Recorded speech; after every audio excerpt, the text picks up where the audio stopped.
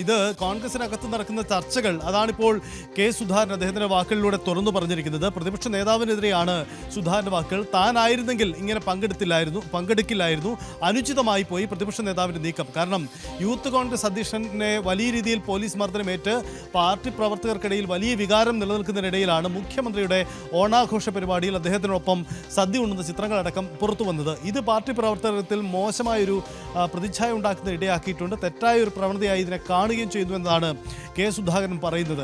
നേരത്തെ ഈ V D Satheesan മുഖ്യമന്ത്രിക്കെതിരെയും സർക്കാരിനെതിരെയും പോലീസിനുമെതിരെയും വലിയ വിമർശനം നടത്തി തൊട്ടു പിന്നാലെ ഉള്ള അദ്ദേഹത്തിൻ്റെ പരിപാടിയായിരുന്നു ഈ ഓണാഘോഷ പരിപാടിയിൽ. അപ്പോൾ ഇരുവരും ഒന്നിച്ച് സദ്യ കഴിക്കുന്ന ദൃശ്യങ്ങളൊക്കെ പുറത്തു വന്നപ്പോൾ തന്നെ ഈ കോൺഗ്രസ് കേന്ദ്രങ്ങളിൽ അത് വലിയ വിമർശന വിധേയമായി ചർച്ച ചെയ്യപ്പെട്ടതാണ്. ഇപ്പോൾ ഇത് കെ സുധാകരൻ തന്നെ തുറന്നു പറയുകയാണ്. വി ഡി സതീശൻ ചെയ്തത് തെറ്റാണ്, താനായിരുന്നെങ്കിൽ അങ്ങനെ ചെയ്യില്ലായിരുന്നു എന്നാണ് കെ സുധാകരൻ ഇപ്പോൾ പറയുന്നത്.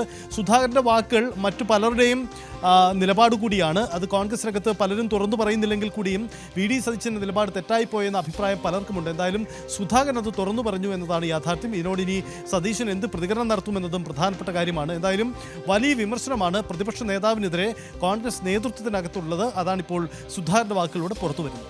ഇത് നേരത്തെ തന്നെ കോൺഗ്രസിൻ്റെ സോഷ്യൽ മീഡിയ ഹാൻഡിലുകളിൽ അല്ലെങ്കിൽ അതുമായി ബന്ധപ്പെട്ട സ്ഥലങ്ങളിൽ വലിയ പ്രചരണമായിരുന്നു. മുഖ്യമന്ത്രിയുടെ പോലീസാണ്, മുഖ്യമന്ത്രിയാണ് ആഭ്യന്തര വകുപ്പിന് ചുമതലയുള്ളയാൾ.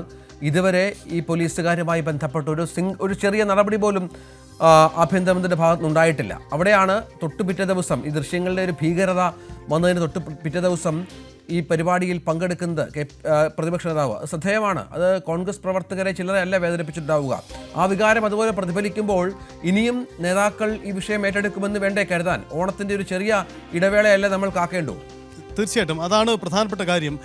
സതീശൻ ക്യാമ്പ് വിശദീകരിക്കുന്നത് ഇങ്ങനെയാണ്. ഓണാഘോഷം അത് മലയാളികളുടെ ആഘോഷമാണ്, മുഖ്യമന്ത്രിയാണ് ക്ഷണിച്ചത്. സ്വാഭാവികമായും അതിൽ പങ്കെടുക്കുന്നത് ഒരു സാധാരണ നടപടിക്രമമാണ്. അതിനപ്പുറം സർക്കാരിനെതിരെ വിമർശനങ്ങളോ നീക്കങ്ങൾക്കോ ഒന്നും മൂർച്ച കുറഞ്ഞിട്ടില്ല എന്ന് സതീശൻ ക്യാമ്പ് വ്യക്തമാക്കുന്നുണ്ട്.